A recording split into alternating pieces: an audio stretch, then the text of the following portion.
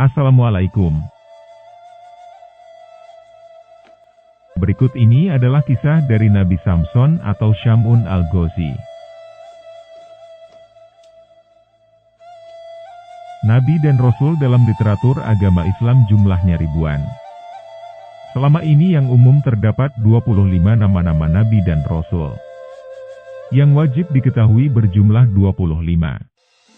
Di antara ribuan Nabi dan Rasul, ada kisah Nabi Syamun al-Ghazi. Kisahnya, diceritakan langsung oleh Rasulullah Muhammad tentang seorang yang memperjuangkan tauhid dan kekufuran kaum jahiliyah. Dalam firman Allah, "Kami telah mengutus beberapa utusan sebelum engkau, di antara mereka itu ada yang telah kami ceritakan kepadamu, dan ada pula yang tidak kami ceritakan kepadamu." Surat Al-Mu'min, ayat 78. Dari Abi Dzar radhiyallahu anhu, bahwa Rasulullah shallallahu alaihi wasallam bersabda ketika ditanya tentang jumlah para nabi, beliau menjawab jumlah para nabi itu adalah 124.000 nabi. Lalu berapa jumlah rasul di antara mereka? Beliau menjawab 312. Hadits riwayat At-Tirmidzi. Nabi Syamun juga dikenal dengan nama Samson. Kisah Nabi Syamun terdapat di dalam kitab-kitab, seperti kitab Mukasyafatul Qulub dan kitab Qisosul Anbiya. Dalam kitab Mukasyafatul Qulub karangan Imam Al-Ghazali, berkisah pada suatu malam di bulan suci Ramadan, Rasulullah Shallallahu Alaihi Wasallam berkumpul dengan para sahabat. Lalu bertanyalah salah seorang sahabatnya, "Apa yang membuatmu tersenyum wahai Rasulullah?" Rasulullah menjawab, "Diperlihatkan kepadaku hari akhir, ketika di mana seluruh manusia dikumpulkan di mahsyar. Semua nabi dan rasul berkumpul bersama umatnya masing-masing, masuk ke dalam surga. Ada salah seorang nabi yang dengan membawa pedang, yang tidak mempunyai pengikut satupun, masuk ke dalam surga. Dia adalah Syamun." Siapakah Syamun?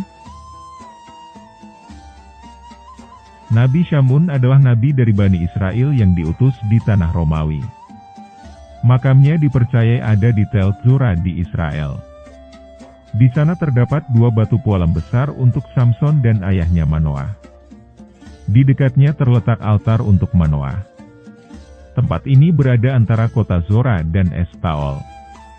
Namanya mempunyai banyak penyebutan yakni Samson atau Simson dan Syamun al-Ghazi. Nabi Syamun al-Ghazi adalah orang yang mempunyai mukjizat kekuatan luar biasa yang tidak terkalahkan. Yang kelemahannya terletak pada rambutnya.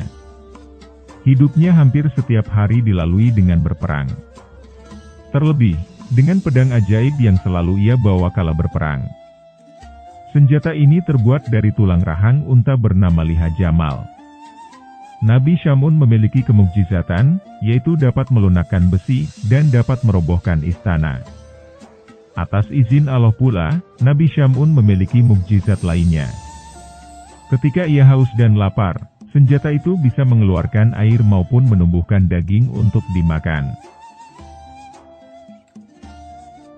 Cerita Nabi Syamun al-Ghazi alaihi salam adalah kisah Israiliyat yang diceritakan turun-temurun di Jazirah Arab. Cerita ini melegenda jauh sebelum Rasulullah lahir.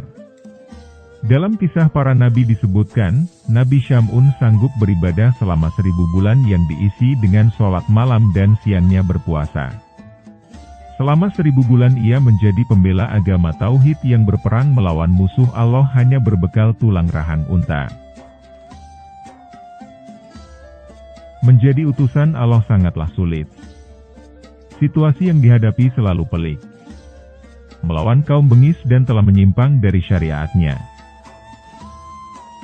Pada waktu itu, Nabi Syamun dihadapkan pada kenyataan untuk memerangi Raja Israel yang zolim. Nabi Syamun berjuang seorang diri dalam memerangi kebatilan Raja Israel.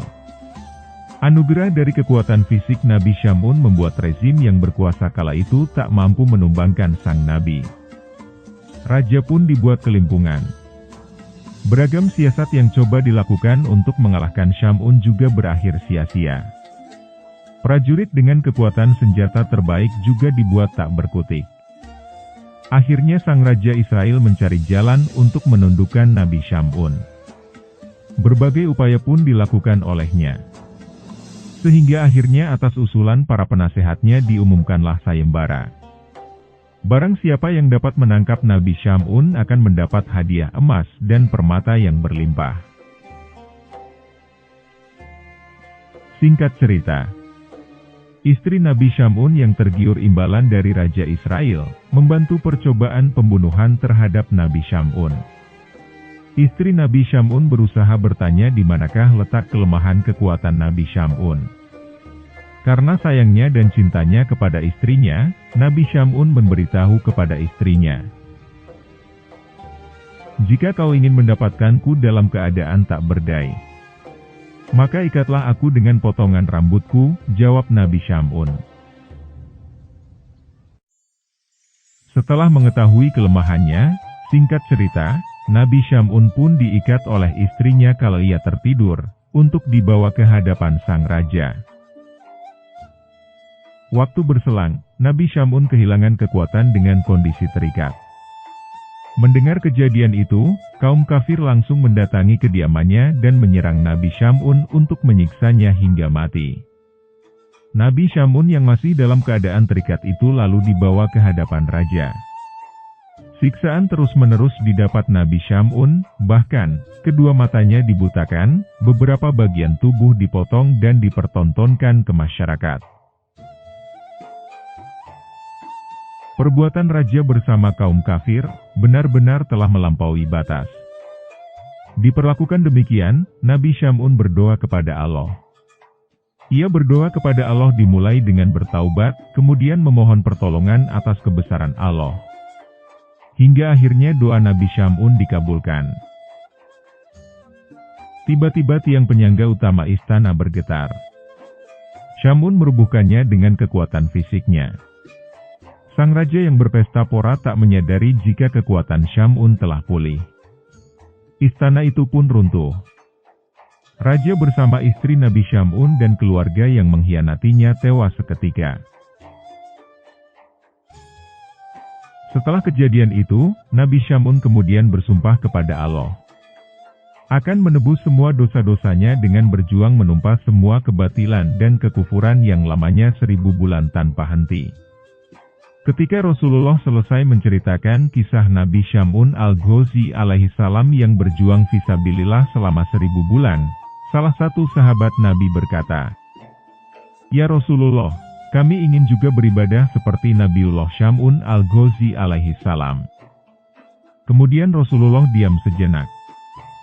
Dalam diam tersebut, turunlah wahyu kepada Rasulullah yakni, surat Al-Qadr yang berisi tentang malam Lailatul Qadar. Dari kisah inilah diterangkan bahwasanya malam Lailatul Qadar memiliki kemuliaan sebanding dengan beribadah kepada Allah selama 1000 bulan.